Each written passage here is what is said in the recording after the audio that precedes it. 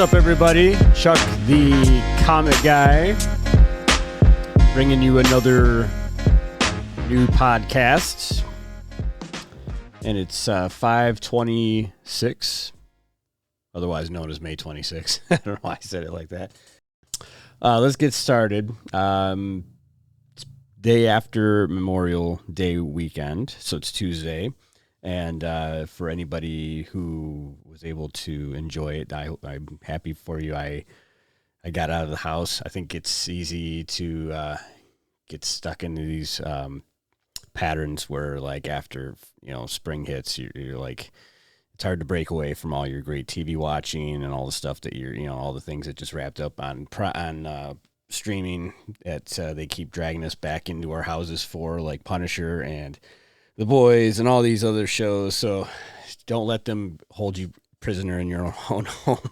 Get out, enjoy it, take advantage of this. If you've got beautiful weather, it was raining all weekend until Monday, and it just went from like muggy hot Saturday or Monday. Saturday, Sunday was just thunderstorms, rain here in Michigan. So it was, and it's get a 3-day weekend for most of us, and it stinks when you get an extra day, and you don't get to take advantage of the extra day attached to that weekend. So hopefully other people got to take advantage of that if you're listening from anywhere else outside of Michigan or any place that had nice weather.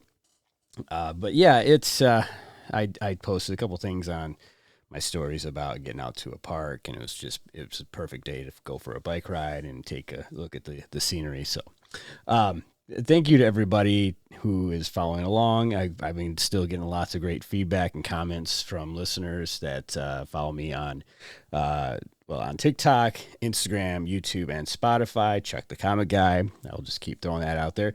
And so, yeah, thank you to everybody who shows your support in some way or in some fashion. It's just, like I said, I keep trying to make this better every week. I keep trying to come up with material. I've got, actually something came in today that I posted about was from Excendium Studios. And, I doom scroll a lot in the evenings when I've got nothing else going on and I'm not taking a chance to read something or whatever. And so, I stumble across a lot of awesome comic book related accounts or just anything that's in that vein under that umbrella. And I just scrolled right into Excendium Studios. It was on Instagram, and I seen this comic book cover for a book called Venator. I couldn't say that the first time.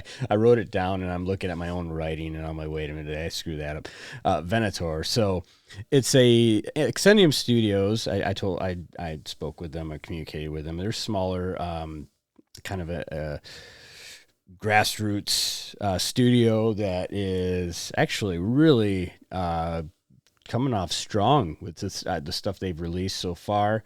They got a comic book, they do films, they do books, and it's all within a fantasy theme. So if you like things like Dungeons and Dragons or Lord of the Rings or anything that's related to that kind of, if that's your vibe, then you would really enjoy what they put out. And again, they just I seen that they had this comic book, and I love supporting smaller creators and helping to kind of spread the word and grow the community. I love that it doesn't just have to be DC, Marvel, and Image or Valiant. It could be other players in the game. And so I like to try to just like reach out beyond that scope of things. And so I went to their website and ordered a copy of Venator, and it came today.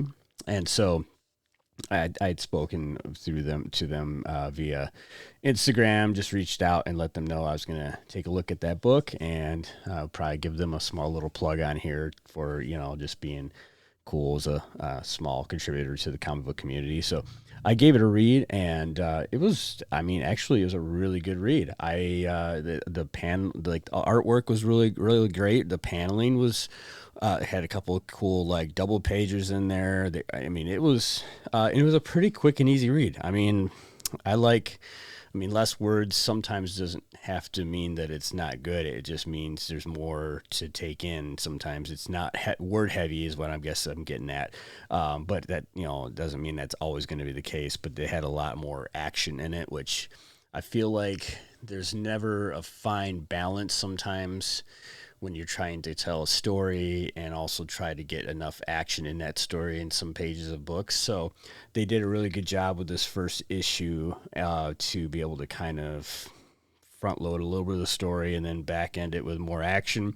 And it definitely has a Dungeons and Dragons vibe to it, that where it's kind of got their own little map created out in the book somewhere. So that's just a little teaser if you were to pick up a copy. Like they're only in select markets. So my biggest point is start, if you see something that's out there and you think it's worth the public having a hands-on feel for it, then start telling your local comic shops if it's possible to start reaching out to creators like Excendium and get hold of their products, and maybe it will help bring more things to the forefront. There's not very, there used to be a market for in the 80s, like in the 70s, 80s, for comic books that didn't have to have a superhero. They just had to have a really cool, like old school story. So you had like your Conans and you had your Son of Conans and you had your Warlords, just fantasy themed comic books that didn't have to tie into Batman or Spider-Man or X-Men. It was just kind of like someone really enjoyed that kind of thing, Tarzan, things like that. And so it's good to see that there's more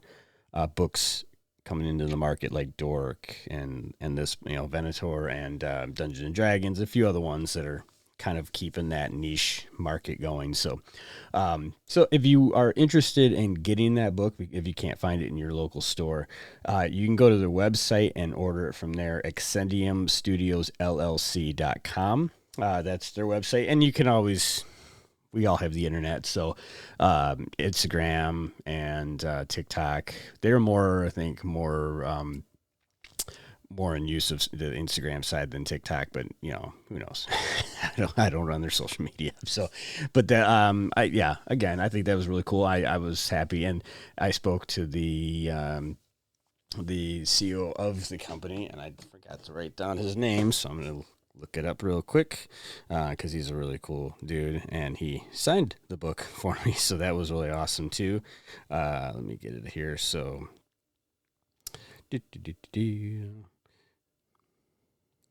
All right. So, and I'm here. Okay. So, and they also have things on YouTube that are kind of like precursors to some of the things that they advertise. So, actually, I'm just going to pull up my conversation with them at. Okay. So, Michael Rooney. It's on the cover of the comic book too. It's in the book of the comic. So Michael Rooney is the person that's running Excendium Studios, and he's actually got a film on Amazon that I didn't want to give away too much about them yet, just because I'd like to be able to speak with him. I've talked to him about doing that in the future, doing maybe an interview with him. But they've got a movie on Amazon already. They've only been in existence for like a couple of years, so that's really cool. So yeah, that's, if anybody's seen my post about that, go check them out. And yeah, they're doing some pretty cool things over there. So other than that, I wanted to kind of catch up on a couple news stories. So it wasn't shortly after I did my boys review, thinking and jokingly saying there might be like if they do another spinoff, it was like within 4 hours of me saying that it's like, hey, look, there's gonna be another one. So there's gonna do a spinoff. It's gonna be a prequel, and Jensen Ackles, who, if you aren't familiar, he's been in Supernatural, a bunch of other things. He is Soldier Boy in The Boys, and they're going to kind of do almost like, he's kind of like the knockoff Captain America. I guess they use the term knockoff, but that's kind of what it is. So they're doing a 1950s prequel with him and Stormfront, which is played by Aya AYA Cash. I've never heard her name before, so apologize. So it's going to be the two of them doing some stuff in the 1950s and the whole prequel thing. Um, I feel although the boys didn't have the same level of popularity as Walking Dead, I kind of like worry that this is turning into Walking Dead because they already did they had Gen V, and that didn't really last long, and it was supposed to kind of go a little longer. So. And I think people are getting a little bit more privy to like we don't need a spin off of every character, and like I think Jensen Ackles I think he's got the fan base that can make this work. Who knows? I also believe, in my own opinion, is that after the main series is over, it's not very. It's not very. I think if anything, they might get a season out of this. That's just my guess, because once you get the main story out of the way, not many people okay, cool, we're going backwards now, and yeah, that was awesome, but I 2 seasons tops is my guess. I just it's my opinion based on seeing this done so many times with different properties and TV shows that where they try to grab at every last little pinch of magic that's there, and then it doesn't unless this would have made more sense. I think possibly more than Gen V, or if Gen V was done, try to get this show off the ground and then tie it in somehow, or tie it into his arrival at the boys. Just I don't know. I guess it's tough because you don't want to give away story plot and all that thing. So we'll see. That's the new boys news. Now that it's over, we got more news for them, and who knows? It'll be good.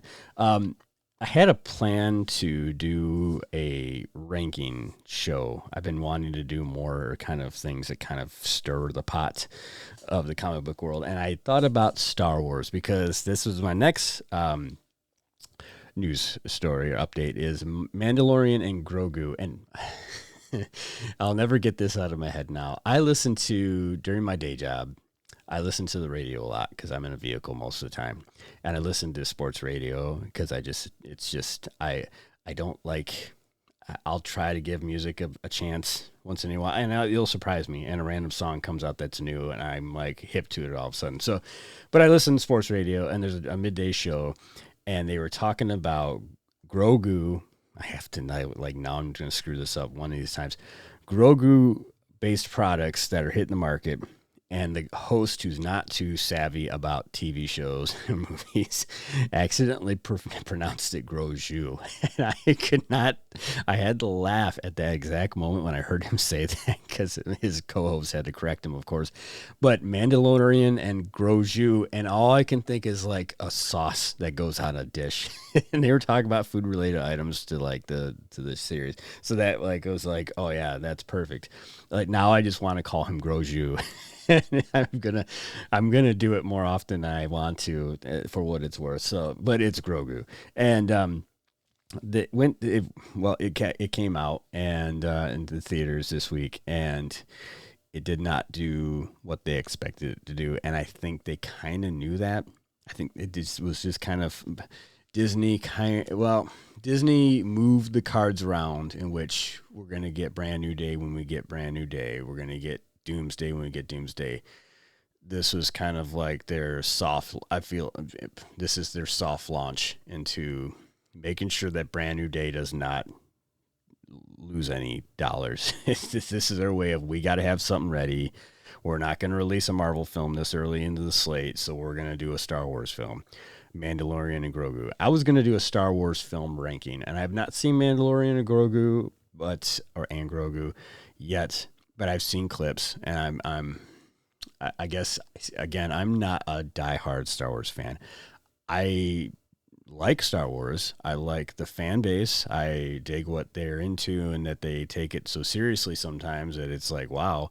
But I just can't take it that seriously myself. So I try to appreciate and enjoy each installment that comes into the picture. And so when I saw this was coming, I watched Mandalorian, quite a bit of the episodes. I never got finished with it. And some of the Book of Boba Fett, And even like I've had a little bit of contact with all their different stuff, and to me, Star Wars is the like episode 4, 5, and 6 when I was a kid, because I've seen the newer ones, the prequels, and everything else in theaters, and it just did not resonate with me. Like, it did. I enjoyed it. It was like cool, more story, more lore. We get to see Luke Skywalker again. We get to see this new character and da da da da. But the first three, they are like they hit you, in the emotions way better than the other installments, whether it's a prequel, the final episodes. And I know that there's people before even there was an episode 1, 2, and 3 had been there that were diehards in the 90s that had read books or like did the research when the internet became a thing and started digging deep into like where's all the rest of the lore at, and it was there, it just wasn't like too in the forefront. And so they started picking apart what George Lucas had set aside that hadn't been made yet, and then finally the other episodes came out. And I've probably said it before in another podcast. I was not a fan of them tinkering and tooling the original 3 films with all the new CGI remakes and how they made Jabba the Hutt look. And I just was like, you could have just left it be with all the like old animatronics and the puppeteering and all that. It felt like really cool to me. And I miss that style of directing and cinematography and special effects. Is just doing it with conventional methods. The fact that some of the stuff that they created the lightsabers with was just very like, do it yourself kind of thing. And they didn't have to make this thing so uniquely created and designed. It was cool on its own. So when I started seeing what they started doing with the later films in the 90s and going on, I just had to kind of take it for what it was worth, and like, so be it, So, it didn't do too good in the box office, and people like, again, here comes the magnifying glass on Disney and Marvel or whoever, not really Marvel, but their creative minds of what's going, like, because this in essence, even though we know Brand New Day and Doomsday are going to go off without a hitch, unless like something was really stupid about the plot that you don't see yet because you haven't seen it, and I doubt that's going to be the case. It's just that and even then that's still Sony technically for Spider-Man, but it's a Marvel thing too, so it's going to be one of those things where this ripples across the industry, just like the Han Solo project thing did, and just like anything that was supposed to be a blockbuster, it just doesn't land right. It's becoming a trend. Now we got Masters of the Universe coming out, so that's going to become like everything's going to start getting really, really finely picked apart. And it stinks because I know I'm a contributing factor. I don't go to the movies because I've had enough failed experiences in the last couple of years with the way things are at movie theaters, even though they've improved the seating arrangements. You go to some theaters, they make some fancy recliner chairs. They make it really cool. You can do all this stuff online. It's just that I'm speaking probably from a large demographic of people that say, I've got way more important things right now to spend my money on a movie. I just am serious, unless I like, especially if I like the physical, having it in physical form. If you're going to go spend it, like for one, my kid who does not she's not a big Star Wars fan. I could drag her to it and make her watch it. She's old enough. I can leave her at home. She doesn't have to necessarily go. Even if I would like to make it a family thing and not exclude her in that case, but it's about $50 to $60 in tickets right there. So, on a rough market, $15 a ticket, I guess now. So it's about 45, but by the time everything's said and done, you're spending like $60 to get in and out.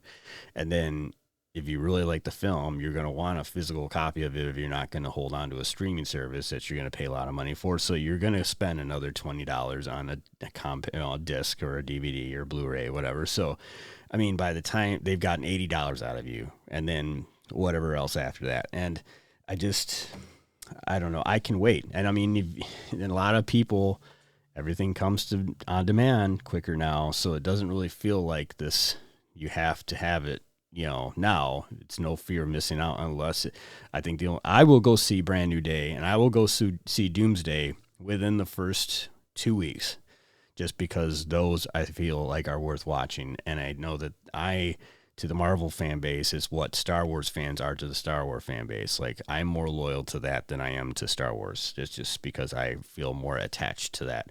When I was a kid watching Star Wars films, I thought they were cool, but I wasn't in that generation that it was the big like 70s bombshell that it was, where it released and everybody was like, wow, this is the best thing in the world.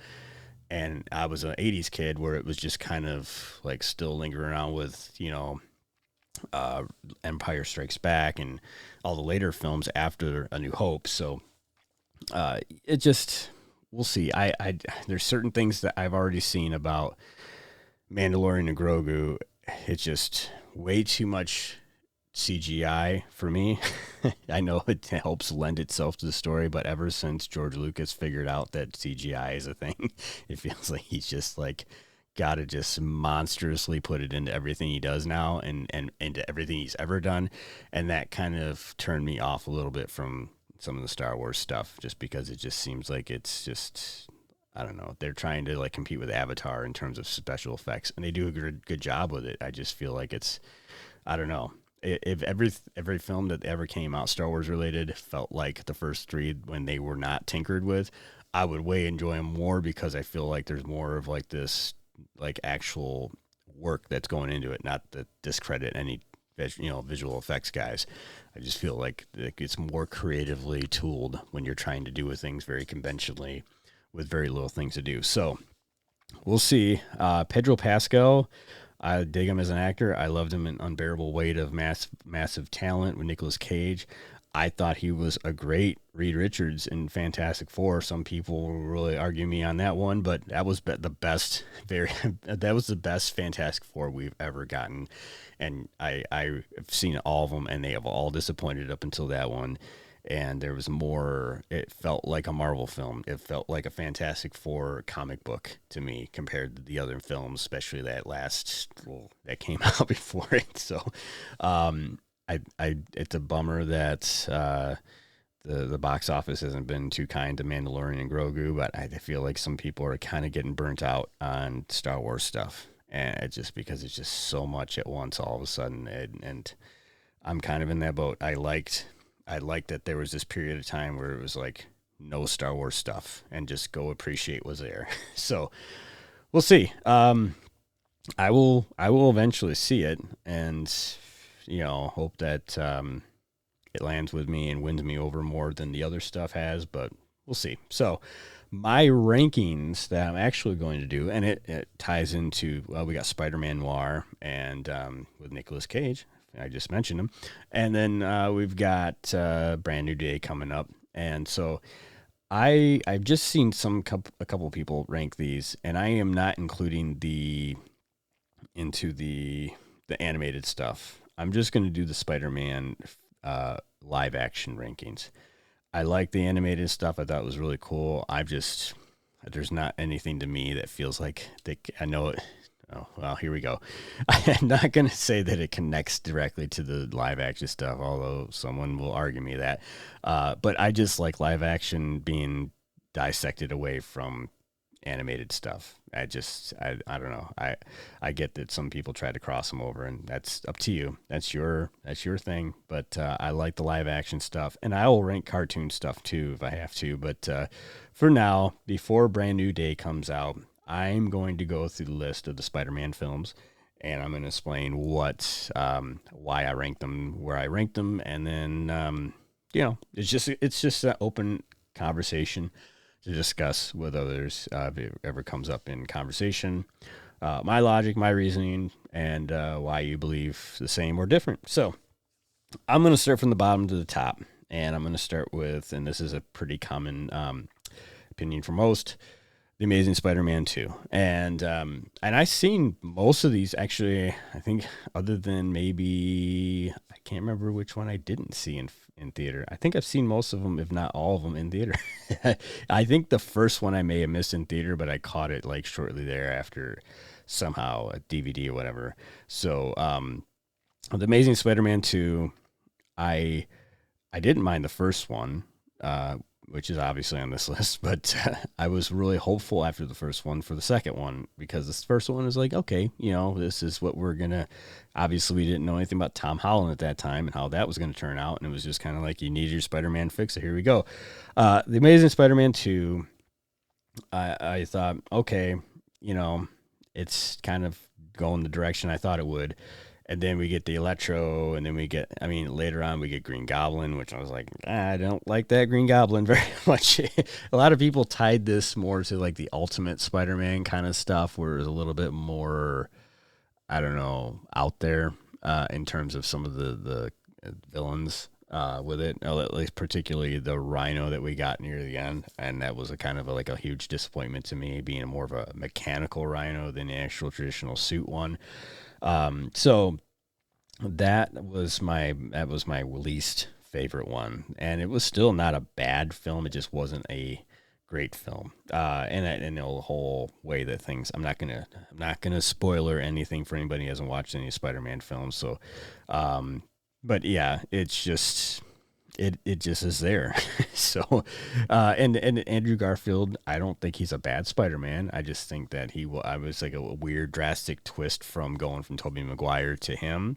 But obviously his youth wins in that point because of Tobey Maguire's age and how distant everything had been from the last Spider-Man film. So, so that was my bottom list. I think that's a lot of people's bottom list.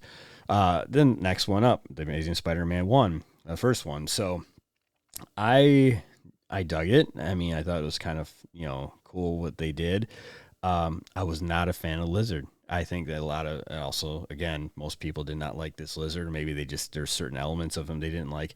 So I'm used to the Lizard always wearing that coat, like the little lab jacket. That's just like my ideal Lizard, and I feel like when they had him in scenes without it just kind of felt like he's just some CGI. He almost looks like Killer Croc from Batman. It just kind of took away the elements there. I mean, I know there's some scenes where he's in it and some scenes without it. I just was not a fan of the jacketless Lizard in that film because it just felt like he was just fighting a giant. I mean, he was fighting a giant lizard. Just didn't feel like my villain, the Lizard. So that was my biggest gripe about that film, and I feel like it could have been better, but it wasn't bad either. I mean, none of these films are necessarily bad. They just have certain elements to them that just don't fit. To some people don't fit right with being attached to Spider-Man or how they were laid out. So that one is next. So after that, I did, and this is where it kind of gets a little choppy because these are all pretty even keel with each other. Just again, certain elements. So Far From Home, and that one, I mean, I like the Mysterio. I think that Jake Gyllenhaal nailed it out of the park with him. I think that it was, again, this is post Endgame, so there's some stuff there that okay, you kind of had to. It was still like there was a part of the whole leftover remnants of Iron Man in there. They're kind of like, are you really doing this? But other than that, I thought it was a really good film. Tom Holland, I've liked his Spider-Man. I was worried going into Homecoming that I was going to be like, man, how are they going to have this? Now you're going to go from this guy to this guy to this guy. But to me, and I just said this to my daughter earlier, who's doing a thing in her English class, her ELA class is what they call it, ELA, on The Outsiders. Tom Holland reminds me of our generation's Ralph Macchio, or this generation's, not our own. My generation was Ralph Macchio. The newer generation has Tom Holland. And when Tom Holland is being Peter Parker, obviously, when he's being himself, he probably is far less than Ralph Macchio. But his actual Peter Parker accent, I mean, his voice and everything is very much like Ralph Macchio, and I thought that was really cool that they picked him for the role of Peter Parker because he has, it makes me think in my head, Ralph Macchio could have been Peter Parker back in the 80s when he was in his prime and a teenager. He would have been a perfect Spider-Man, in my opinion. So I guess. I mean, who knows? But he could do karate, so he probably could swing on a web. So yeah, I feel like Tom Holland is like this generation's Ralph Macchio, and so I think he's got a lot of promising things in his future. So Far From Home, I dug it. Crazy ending, obviously, and the way they led that all off. And then my next one was Homecoming. So yeah, and you know what? I'm looking at my list here. Actually, I missed one. I backtrack. I think I'm gonna go. Yeah, I was writing my list down. I missed one. Okay, before Homecoming, I'm gonna do Spider-Man 3. My apologies. There's an audible in this list that I'm gonna put down here. I think I was too like griping about the differences between the Amazing Spider-Mans. Spider-Man 3. Sorry. So, oh geez, now I'm like, I think I have to redo my list on the fly because now I think I screwed up. I think actually between Amazing Spider-Man 1 and Far From Home. So let me backtrack. Spider-Man 3 is right above Amazing Spider-Man 1. And some people aren't going to like that, but it's the only Spider-Man film we got with a Venom in it. And so I think that's got an edge on the Amazing Spider-Man 1 with the jacketless lizard. So let's go back to the base roots here. I see I'm not going to edit this thing at all. You're getting me raw right now. So Amazing Spider-Man 2 is bottom. Amazing Spider-Man 1. I am now audibling Spider-Man 3 above and between Far From Home before I go any further. So Spider-Man 3. Let me backtrack on that real quick. When I saw that, and I was like excited because I'm like, yeah, we're getting Venom finally, awesome. And I was like, nope, they screwed up everything about this because it was too villain heavy. Although I like the villains and I like the story and the plots, like with the Sandman, Venom, Topher Grace. I don't know what they had thought in their minds of like we're gonna stick this guy from that '70s show into a Spider-Man film, other than there had to have been some like connection between him and Raimi. Um, it just didn't. He felt like such a small. I mean, obviously we've seen Venom played by Tom Hardy, and that is the best live action Venom will have for a long time. But Topher Grace was not it. I mean, there was something about his appearance in that as Venom was just so like pale. It just looked small. And then the whole, oh boy, as I joke around, the emo Peter Parker, when he starts turning into a d-bag on set, he just starts walking around dancing, doing stupid stuff, and the whole like drama with him and MJ or Mary Jane. It didn't, like, I was kind of rolling my eyes halfway into that film, like, this is what we're getting for the third film. Other than that, I mean, then everything that happened else, like towards the end, it ended the story. It just felt like it was a bit just too much, how they did it. And I mean, the fact that they kind of had to all come together and do what they got to do. But so yeah, there we go. So that is before Far From Home. I already did my explaining on that. So Homecoming.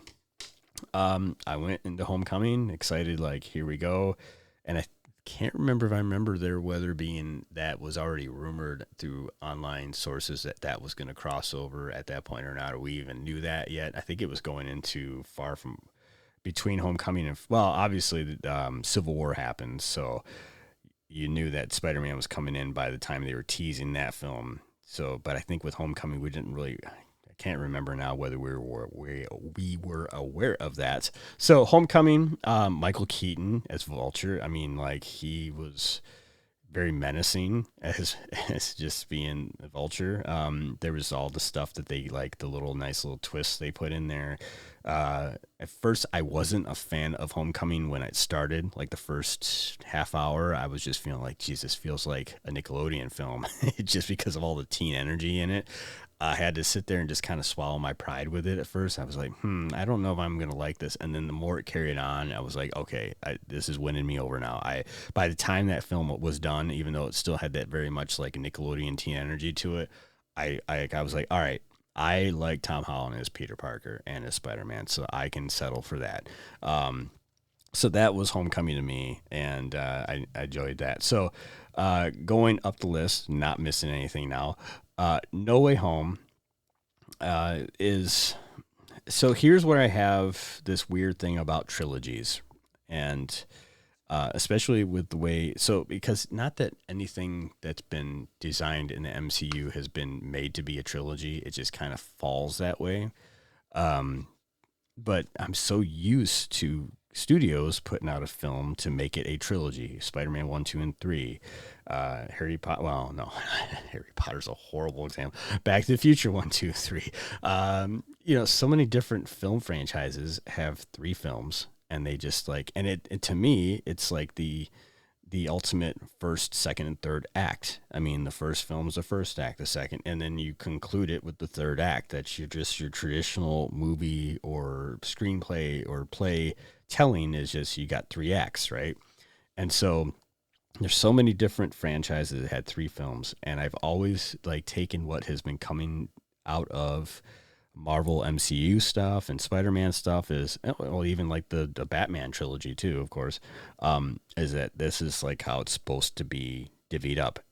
COVID didn't do us any favors when it came to how things fell apart there before like everything happened. When like now you got to hold off a year on all projects and everything got shuffled around. So I think that may have like messed with everything. But I was looking at when I watched No Way Home, I enjoyed it. I dug all the nostalgia. I dug like the whole idea that, oh, cool, we get all these villains and like everything's crossing over. But it didn't to me, and I've been saying this since day one: Homecoming, Far From Home, and No Way Home to me are a Spider Man trilogy. But the third film, being No Way Home, does not feel like it lends itself to the first two films. It feels like it lends itself more to the having to feed the MCU's multiverse thing more than it did tying into like there was some things that it covered from Far From Home, but it just kind of connects from Far From Home and then it goes its whole different path into Doctor Strange and all this other stuff, and it just did not feel like I felt like they could have had another film. No Way Home feels like another beginner film for a new series of Spider-Man trilogy, and this is the problem with like you got Iron Man 1, 2, and 3. They all like okay, great. That was before Endgame. You got like a few different films in there that like got three films before Endgame, and then there was these films that went 1, 2, and then the Endgame thing happened, and or Infinity War, but Endgame mostly. And then you got your post Endgame final film like Ant-Man Quantumania, and it just did not have any connections to the first two films other than some loose things. Some of the cast actors or casting and actors from the first two films are no longer a part of it, and it felt like there was some certain things that just got like fell off a cliff, and then it's like here we go, post Endgame movie. And I think they did that with a lot of things that it didn't really tie the third film to the first two films. And that's just me having to grapple with the fact that I feel like everything should be a trilogy, like first, second, third act, and then start over or just be done with it. And so I got that vibe from No Way Home. I felt like on its own, it was an amazing film. But in connection to the first two films that were kind of paving the way to it, other than the Mysterio connection and leading into No Way Home, like it just kind of like branches off. And so that's just my gripe about it. That's my one gripe about it. And that's other than that, there's like, and we're gonna get some of these things back with from the first film, like obviously Scorpion and other things are gonna be in brand new day. Um, but it just feels like it's disjointed. I feel there's a lot of films in the MCU that after Endgame, they were like a third film to the first two. They just got disjointed because of Endgame, and they didn't really connect back to the first two films in some respects. Some of they did loosely, but so that's my one gripe about it. Otherwise, it's a perfect film. I wouldn't say perfect, but amazing film. Spider-Man 1 is you can argue that Spider-Man 1 or 2 like could either, and some people say no way home should be above, it should be like number 2 compared to these, but I mean just because it's the nostalgia factor and being so unique at its time with Sam Raimi, it was like he was just like he was doing so great with these films until 3. So Sam Raimi is a 1 and 2. So 1 under 2. 1, I mean, it was just like cool. We get to see Green Goblin for the first time live. We get to see so many things first time live action between J. Jonah. I mean, like I was a kid and hoping that we'd get a great Spider-Man film. I just didn't know how it would be done because it didn't feel like that there was the production value there yet. Like there didn't feel like you could do these kind of things. Have a guy riding on a glass. I mean, granted, we had Back to the Future was a hoverboard, but still, it felt like a lot of things had to come in place for Spider-Man 1 to come into place. So, and Sam Raimi, who came from local like C-rated, B-rated, campy horror film guy, to get into work with a major studio and make something like crazy happen, that was pretty cool. So, and he's a local Michigander, so pat in the back. I'm from here too. So Spider-Man 1, and then obviously Spider-Man 2, I think is on a lot of people's like number one list just because of the emotions of Tobey Maguire's acting in it was top notch. The Doc Octopus was amazing in it, and you still got William Dafoe. I mean, just so many different things that were just coming together in that, and or you got the lingering effects of William Dafoe in there. But otherwise, it was just it was a great film, and it's sad because like you look at that cast now, and you just like there's other than Tobey Maguire coming back for certain things, you can't see any of those guys coming back. I mean, obviously Doc Ock came back, and William Dafoe, but I think that's it. Like you're never going to see them do the things they did after No Way Home, and you're never going to get Kirsten Dunst probably to come back as MJ, and James Franco is a whole other story in itself. So it's a bummer. But yeah, so that's my Spider-Man rankings, and again, so let me just recap because I really screwed this up. And it's been a long day, and I did not really prep myself very good for this one, but I try to make this best as I can. So the Amazing Spider-Man at the bottom, 2, and then it's Amazing Spider-Man 1, Spider-Man Far From Home, Spider-Man 3. No, I put Spider-Man 3 before Far From Home, Homecoming, No Way Home, Spider-Man 1, and Spider-Man 2.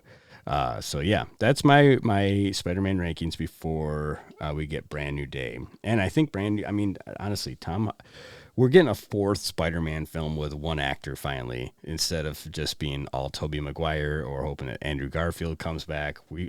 And with Tom Holland, he was getting burnt out going after everything. I mean, we've still got technically more than 4 with all the other MCU stuff that he did as Spider-Man. So, it would be easy for anybody to walk away from that after that point of saying, I'm done. Like, I can't keep living this role. I got other things to do. And, especially, I mean, he's got, Zendaya, that's his relationship, and he's having to like keep doing these projects with her. So, we should be, we should feel blessed that Tom Holland's willing to not throw a curveball at us and say, I'm done, and go find another guy. So yeah, I think that's it for tonight. Again, social media is Chuck the Comic Guy on YouTube, Instagram. Oh, and let me see. Hold on. I got to grab my phone because I did this, and I should make a bigger announcement of it. So I downloaded Substack. I learned about that the other night. And actually, before I end this, I want to really quickly, briefly discuss. So the other night, I sat in on I could have started the show with this because this is really juicy, I guess, to me. I started a show with, I sat in, last Saturday, right? It's Saturday night. I sat in on a Rob Liefeld Whatnot auction, and he was talking about being on Substack, and I was like, yeah, I'll check it out. So I better get one now. And I've gone on there and posted one thing. I don't know how this thing is. It's just kind of like a journal of sorts, or like a exclusive thing for journaling, I guess. So I've made one post on there. I've been really sloppy and lazy about it because I don't get to Substack things yet. So so I am now officially Chuck the Comic Guy on Substack as well. And the just to touch base real quick, the Rob Liefeld, whether you love him or hate him, I get that he's got a huge fan base and a huge, almost feels like sometimes a bigger enemy base, depending on who you talk to. He puts on an awesome Whatnot show, okay? And he entertains, and he sits there for almost 2 hours. Like back in the day, if we had the ability to sit online with some of our favorite comic book creators, or any comic book creators for that matter, I mean, like, and they sell you things at the same time. You would like imagine sitting in a room with Jack Kirby or on like a live stream with him, or Steve Dacos or anybody, like from back in the 70s that are no longer with us, or 60s. It would be insane to this day to know that you were able to have that connection. And it's good that we got people like Todd McFarlane and Rob Liefeld that are going on Whatnots and starting live auctions and live rooms where you can sit there and chat, and and they will respond back to you in most cases if you're cool. So I always advise that that us as the comic book community finds a way to keep our ears to the ground of people creating stuff and doing things like that, because you just, not only are you in a room with someone who's done so many great things in their career, you're also in a room with other people that are like you or like-minded like you, who enjoy and appreciate comic books, and you never know who you strike a conversation up with in those kind of chats, and it could be a really fun time. So, and I will also, I'll end with this. I'm trying to be more social on social media. This is kind of a time of year where things get a little chaotic, but I'm not letting it slow me down by any means. So I went on TikTok and did my first live for like 2 minutes. I think it's 2 minutes and 13 seconds. It was the most awkward 2 minutes and 13 seconds. I really need to do a heads up before I do that so that I don't look dumb sitting in front of a camera like I did the other night. So I'm going to try to stick with that, and I will make announcements if I'm going to go live, because I'd like to have more than just like one person pass through and then leave. It's my first time doing a live.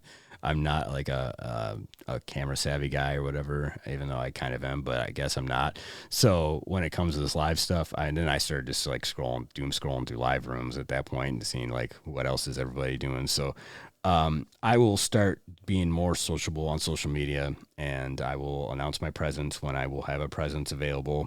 And I hope that anybody listening or following me will try to, I'll make it an early announcement so that people can prep to it. I just want to be able to communicate other than just this format, and through podcasting, I want to be able to talk to people in general and pick brains. We can chat, dialogue about anything, have fun. I'm all for a positive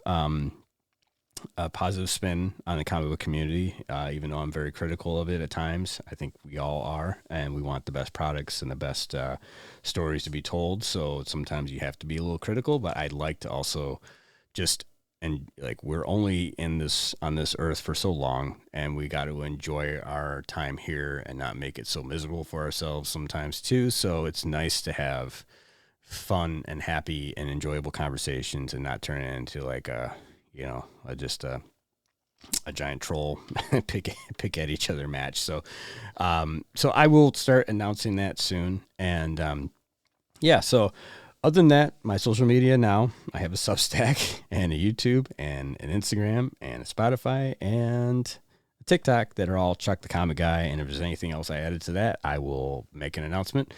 But until next time, see ya. Let's cut out of here.